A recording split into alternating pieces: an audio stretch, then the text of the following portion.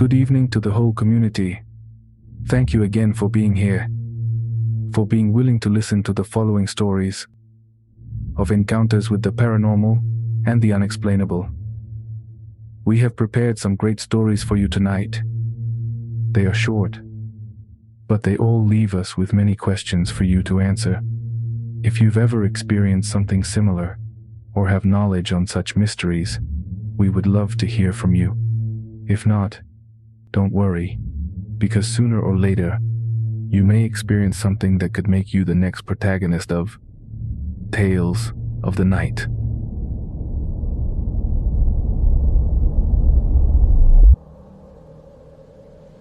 I would like to share something that happened to my uncle.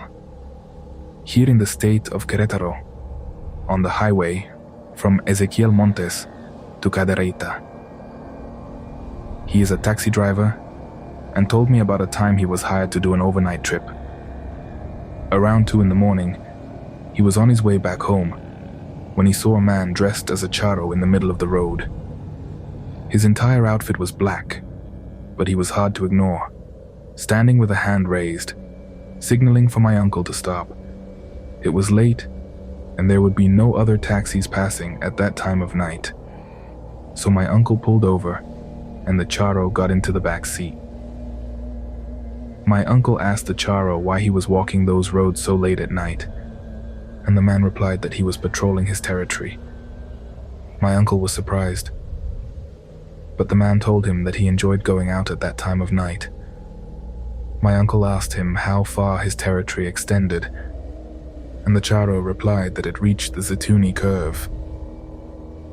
He said that it used to extend further, but that there was a lady there who would no longer let him pass. They were quiet. My uncle had been watching him through the rearview mirror as they talked, but as they approached the curve, my uncle turned his attention to the road and asked the charro to let him know where to drop him off. But the man didn't answer. When my uncle looked back at the rearview mirror, the man was gone. My uncle turned to see if the man had laid down or something, but there was no one in the back seat. My uncle was shaken, a horrible fear he had never felt before. He suddenly understood that the charro was a demon, perhaps the devil himself, and that the lady who didn't let him pass, the lady on the curve, was the Virgin of Guadalupe, whose figure was standing there in front of him now. Later, as he shared his story, my uncle found out that when they were building that highway, there were many accidents, and that it was only finished when the Virgin was placed at that curve.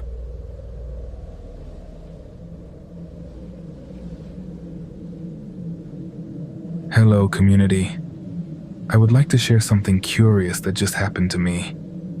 I am one of those stay-at-home moms who listens in while doing housework. Sometimes I have to stop a story halfway because I have to take my headphones off to do something that requires my full attention. I mention this because it is relevant to the story, because of what happened one of those times when I stopped halfway through an episode about witches, which I fully believe in. That night, after putting my son to bed, I fell asleep very quickly and deeply. I dreamt about a terrifying witch that jumped from tree to tree just outside my house. This woman started offering me anything I wanted. She told me about spells and incantations. She showed me everything she was going to give me in a cauldron, like in the movies. She was going to help me put an end to all my problems. She told me I was going to be a successful woman, with all the comforts I could ask for, and that I wouldn't have a single worry in the world. But she asked for something in return. She didn't tell me what, but at that moment I thought about my son, there inside the dream, and I woke up very scared. The strangest part of all, at that very moment I heard a fingernail scratching the window, right next to my son's crib. The sound was impatient, like someone waiting for an answer. I called out to my husband, but he didn't wake up, so I grabbed the baby and got in bed with him, repeating a resounding no in my mind. You may think it was just a dream, but I am certain that this isn't the first time a witch has wanted to take my son away. I'll tell you about my past experiences another time.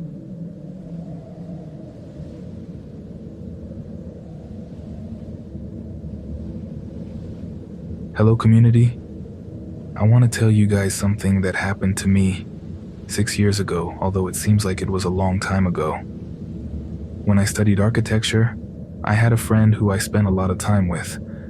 We got close because we were both from out of town. I'm from the port of Veracruz, and she's from Tuxpan.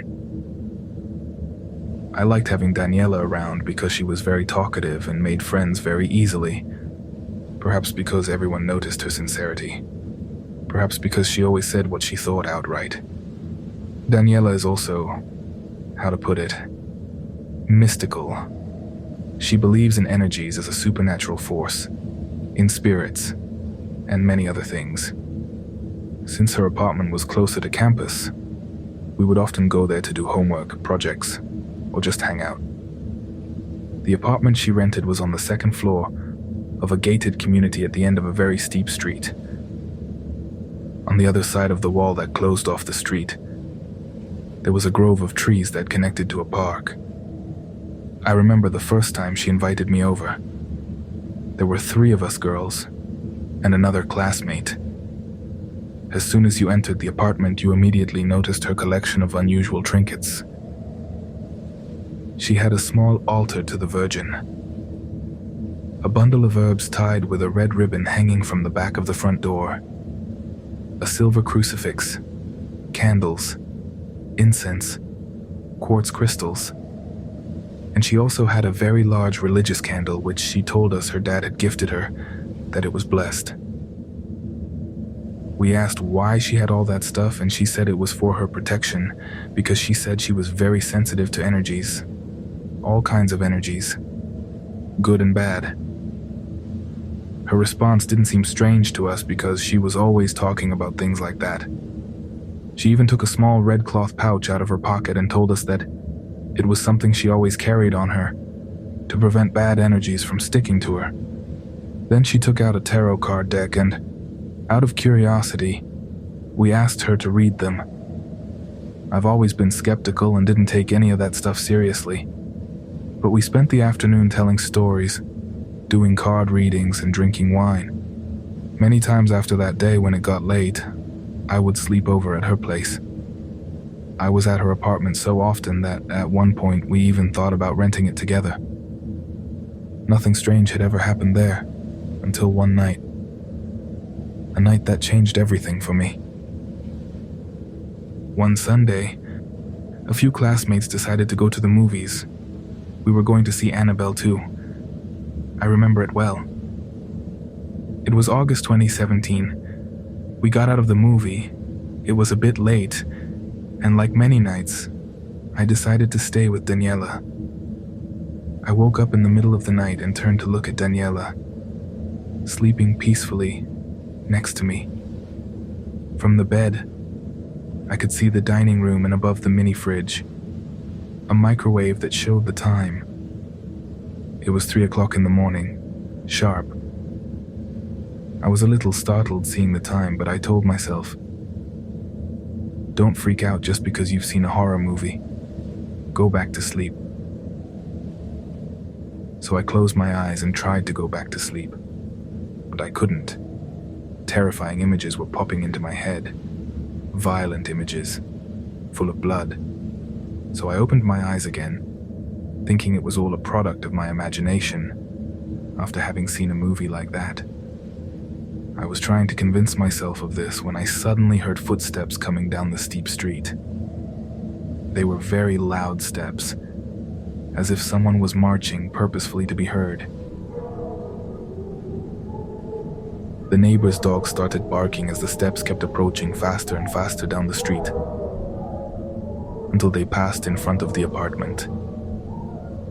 The dogs were frantic, throwing themselves against the gate, making a lot of noise. I thought my friend was going to wake up, but she didn't.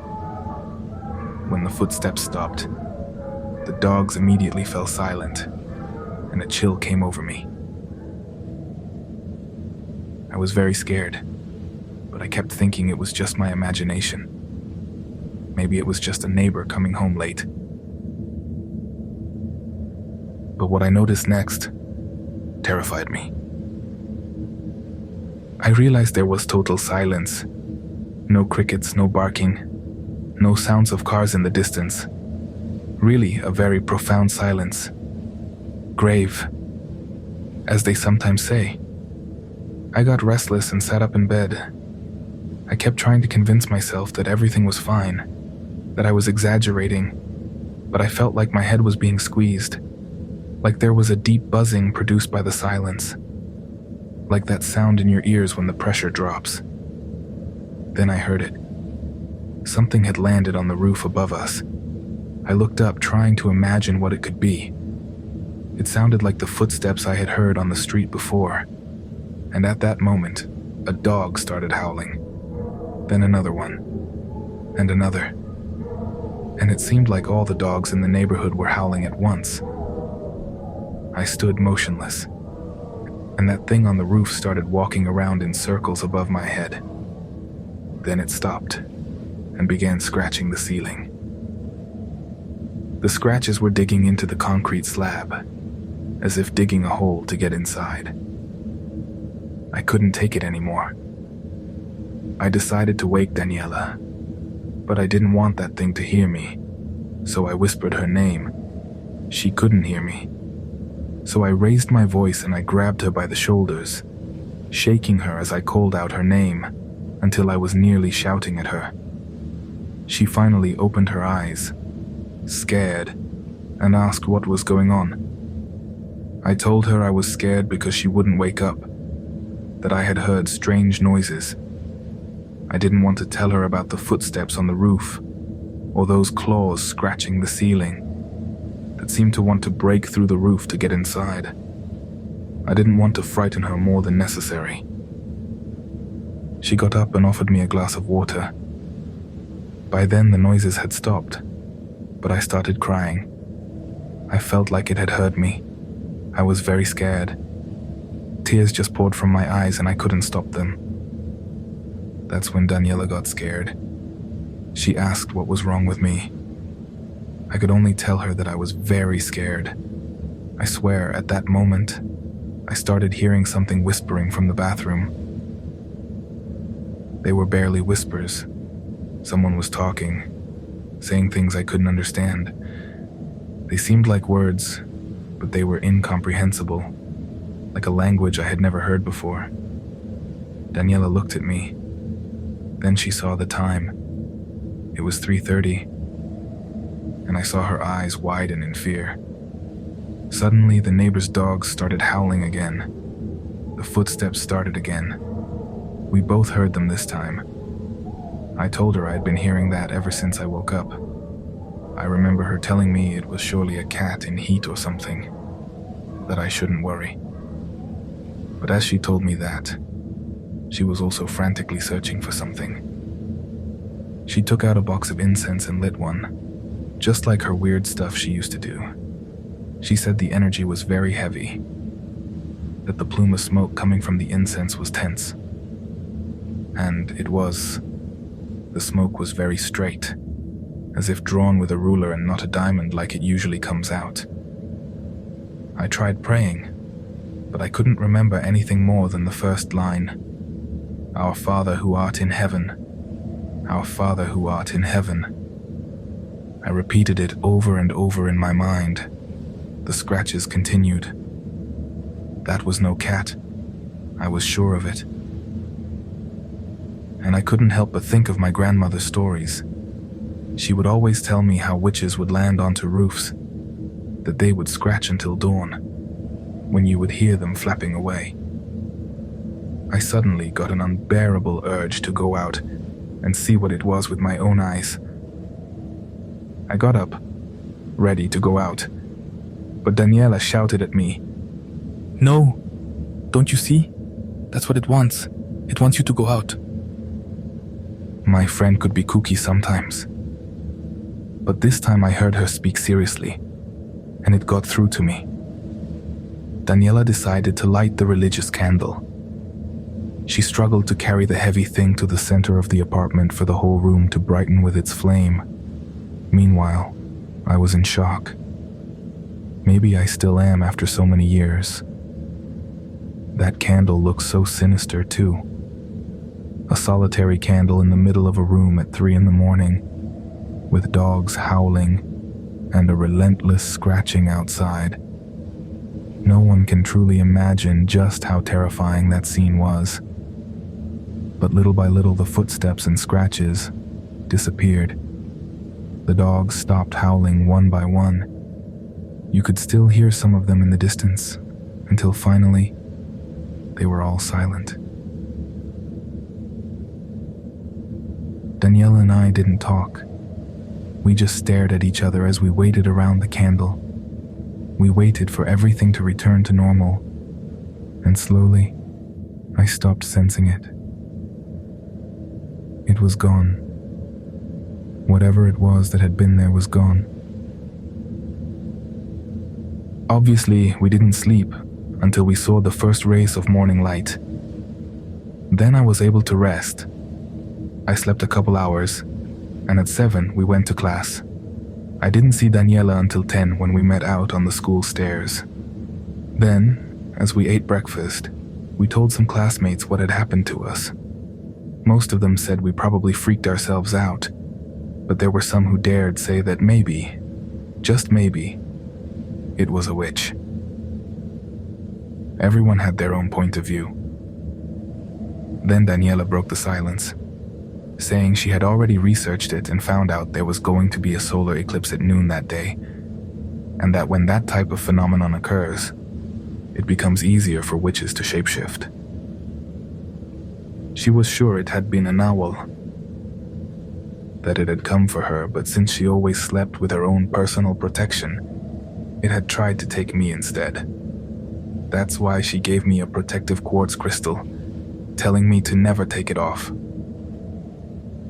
Another day that week, we went to Daniela's to pass the free hours between classes with a few other friends, and saw how the trees at the end of the block, near that small grove, were filled with these black birds that here in Veracruz we call grackles. There were 2 pines completely filled with them. The tree looked completely black from all the birds on it.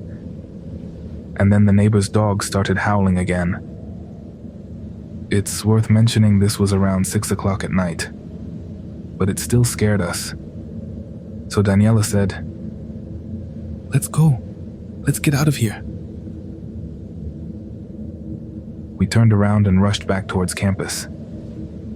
It felt like something was following us, and the dogs would start howling down every street we turned on, until we reached school. Daniela stayed at my apartment that day, and I never stayed at hers again after that.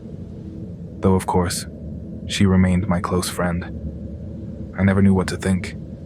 I'll never know what that was I heard in the bathroom, speaking, whispering, calling to me. And I won't know what those noises on the roof were either. I've never sensed or heard anything like it again. I'll never know if it really was a Nawal, a witch, or if it was something related to that movie, which, by the way, I haven't dared watch again. Community, I'd like to know what you all think about this.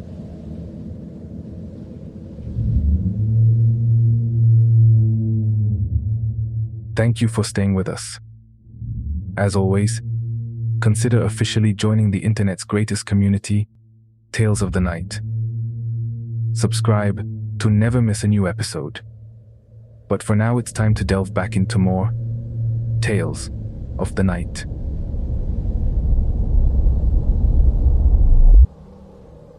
Good evening, community. I'm going to tell you what happened to my sister last night. She works 2 to 10 p.m., but doesn't usually get home until around 11:40, almost midnight. We rent a small house on a hill, and it takes around 10 or 15 minutes to get to the main road, depending on the person. But we always take a shortcut, through some long stairs, and a ramp, so we don't have to go too far out of the way. Anyway, my sister says that last night when she was coming home, walking calmly, she started noticing a fog filling the shortcut. You could just barely make out the path under the street lamps. But when she got to the ramp, she began to feel a sudden intense heat. Then chills too. Her body went on high alert when, from within the mist, something emerged. Something very strange that I can't explain. A kind of black fog, like a cloud carrying the sound of wasps. Floating murmurs. The fog was so thick that it formed a very clear shadow on the ground. My sister stood still, fear invading her whole body. She says the only thing she managed to do was ask, "What? What do you want?" Of course, there was no answer. The black fog began to rise up as if it were going to place itself on my sister, but when it was about to reach her, by the grace of God, a car passed, lighting up the stairs. And with that light, the thing vanished, and my sister ran home. We hope she has the luck, the fortune, not to see it again. We had never even heard of anything like this before. That's why we decided to share the story with you all. We would really like to know if anyone else has ever had a similar experience.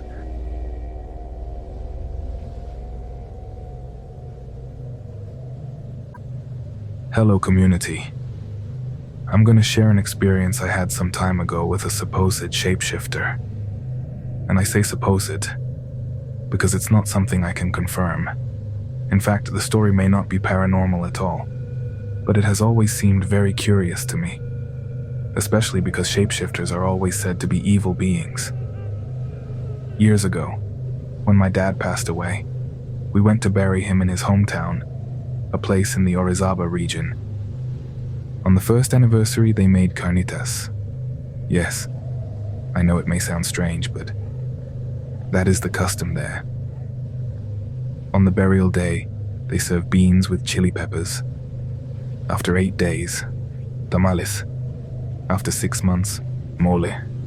And after a year, meat, barbecue or something like that. At the house gathered a huge crowd, since my dad was the brother of the town's priest, and everyone was willing to help. There were enough hands on deck, and it was terribly cold. So I went to sit like a cat next to the grill, where a man was frying carnitas and pigskins. I was there for a long time. At that time, I didn't care about social media or anything like that. It was 2007, so I was just there, calm, staring blankly, thinking 1,000 things. Although it had been a year, I was still very affected by my father's death. Not so much because of grief, but because we had learned, since that my dad had illegally used my mother's name and mine, and left us with a boatload of problems. As they crudely say out there, he left us high and dry. So there I was, staring blankly without speaking, when the man tending the meat took out some fatty pieces and offered them to me with a very nice, very kind smile. I know it may sound silly, but honestly, it had been a long time since anyone had cared about me like that. I burst into tears just from that gesture, and I started eating very happily. As he took out the fatty pieces and chicharron, the man offered me more. He even offered me tortillas, which appeared out of nowhere as no one was in the kitchen making tortillas at the time. I ate very well, and after a while I thanked him. I stayed seated there a good while longer, without speaking, until he finished his work, and more men came to help take the grill away. Later, some distant relatives from the town practically cornered me and asked me what the man tending the meat had said to me. I told them everything, that we didn't really speak, but that he offered me food, and I didn't think there was anything wrong with accepting it. But they kept on insisting, asking me if I had seen or heard anything weird, which threw me off. I ended the conversation and walked away. But different people kept asking me similar questions. Annoyed, I finally asked them why they cared so much, at which point, They were the ones to end the conversation. After everyone left, and we were having a more intimate dinner with my uncle, who was the town priest, I told him what had happened to me. He stared at me very attentively, and that's when I knew there was something strange going on. He remained quiet for a good while, then mentioned that there were rumors going around town that the man tending the grill was a shapeshifter. At that time, I believed that all shapeshifters were evil and wicked. Despite being the niece of 2 priests, I am quite the heathen. But that night, I looked at my uncle and asked him if what had happened to me was something bad, or if I should be afraid. We were surrounded by my grandmother, her caregiver, my mom, and a sacristan who lived with us. And they were all spooked. Honestly, I didn't understand why. Even though it's known that shapeshifters tend to be bad, this man had treated me very well, and somehow deep inside, I knew he had been honest. Somewhat sarcastically, I asked my uncle if I needed a blessing or something. I think that lightened the mood a bit because it made him laugh, and he said he didn't think it necessary. I thought of going up to the shapeshifter again the next day, asking him directly, but the man didn't return. In our village, gossip is the local sport, so a day later it was common knowledge all over town that the priest's niece had eaten with a shapeshifter. I guess out of respect for my uncle, no one said anything to me personally, but I did notice many curious glances, not at all discreet. Well, whatever it was, the truth is that I will be eternally grateful to that man, shapeshifter or not, because he was able to see beyond and comforted me a bit, something no one had done for a very long time. Thanks for reading my story. I hope I haven't bored you with it since, I repeat, there was nothing paranormal about it, right?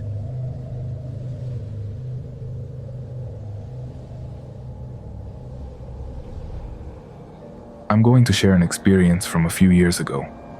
A story that begins with a photograph taken around 4 years ago in an elementary school in the city of Querétaro. A photo that was shared a lot on social media. It was taken by a group of young people on a Saturday night when they were leaving a party in front of the school. They were leaning on a wall when one of them said they saw something crossing the street in the darkness. Not only did they all see it, but they managed to capture it in that photo.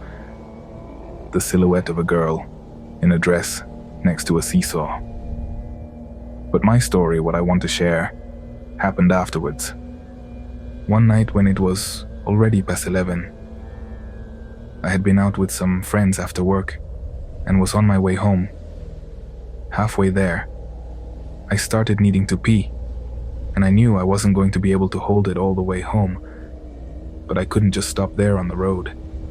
It could be dangerous.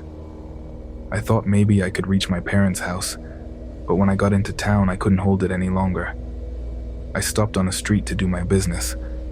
That's when I saw it, hidden among some trees. Was that school, the famous school from the photo. Oh well, I thought, hopefully nothing strange happens. I went to relieve myself next to the wall, facing the school. In other circumstances, I wouldn't have done so, but I was desperate. From where I stood, I could see a classroom light was on and flickering, as if there was some electrical failure. Suddenly, the amount of time it stayed off started getting longer and longer, until it remained off for about 10 seconds. Something in me told me to hurry up, to finish, and get out of there. But before I could, the light came back on, backlighting something that was near a tree, not very far from me. It was a silhouette of a girl, like the one in the photo, but she was so close that I managed to see details like her dress and her socks. I ran to my car, and this time, I stepped on it, scared to death, and I didn't stop until I reached my house. A 15-minute trip shortened to just 5 minutes. I still get chills remembering it. Even seeing that photo terrifies me. Now, whenever I drive by, I avoid looking at the school, especially at those hours, when there's no one else on the street. I was skeptical before, but my wife says that after that event, I became very religious. Now I understand there are things in this world that we will never be able to explain. I was once one of those people who would disrespectfully dare the supernatural to manifest itself if I was drunk or something. But now, I truly hope to never have contact with that plane again.